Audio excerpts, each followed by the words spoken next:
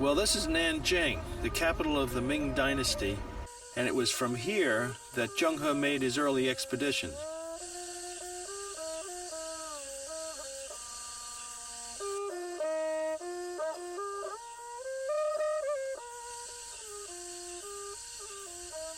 A lot of Nanjing has been destroyed. There are only a few palace buildings left here today, which makes it hard to visualize what the world of the Ming court must have been like in the 15th century.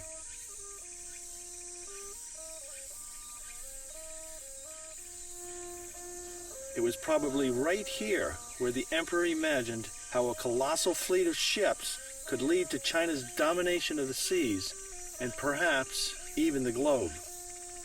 It's also here that the most concrete evidence of the treasure fleet has survived.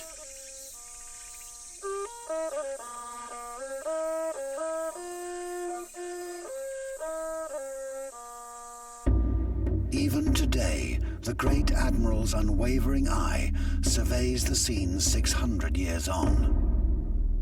This is the site where the treasure fleet was built, the Longjiang shipyard.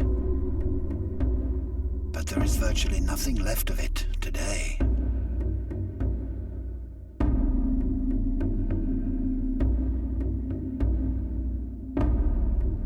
The Chinese uncovered this series of dry docks here in Nanjing. They dated back to the 15th century. Can you imagine how astonished they must have been when they found these 350-meter-long dry docks standing in a row? Shipyards of this scale could have been built for the construction of massive vessels. But how big was the question? One of the greatest controversies surrounding this whole Zheng He episode was the size of his treasure ship. Some people believe that it's very large, 44 Chinese zhang, which equates to longer than a soccer field. Other people believe that it's a little bit smaller, the 2,000 liao, which will be around 62 meters long.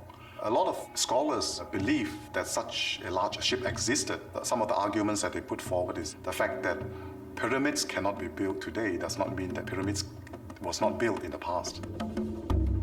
At 400 feet, the largest Baochuan would have been nearly 5 times as long as the ships of Columbus, which sailed almost a century later.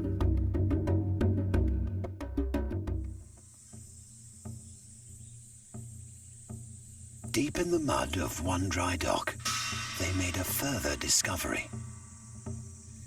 It lies today in the Nanjing Museum.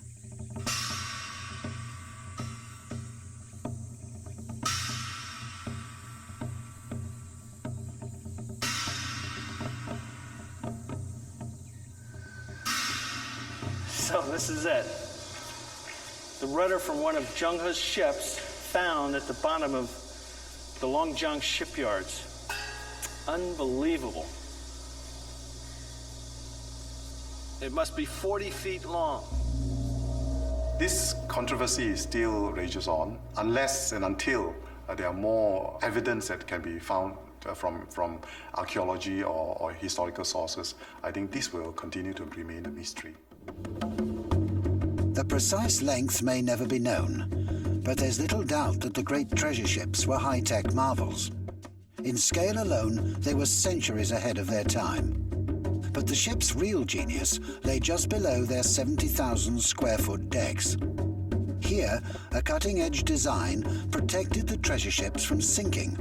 Each hull was divided into 13 watertight compartments. If one was damaged and flooded, the remaining compartments could keep the ship afloat. But that wasn't their only purpose. Now, the interesting fact is that in this last compartment, it is sometimes open to the sea, so that when the vessel is coming down a wave, water enters the compartment, thereby lifting the bow of the vessel and enabling the vessel to drive safely out of the wave. The design may sound complex, but its inspiration came from something that was all around them: a simple stalk of bamboo. It would take nearly 400 years for Western naval architects to incorporate this same technology.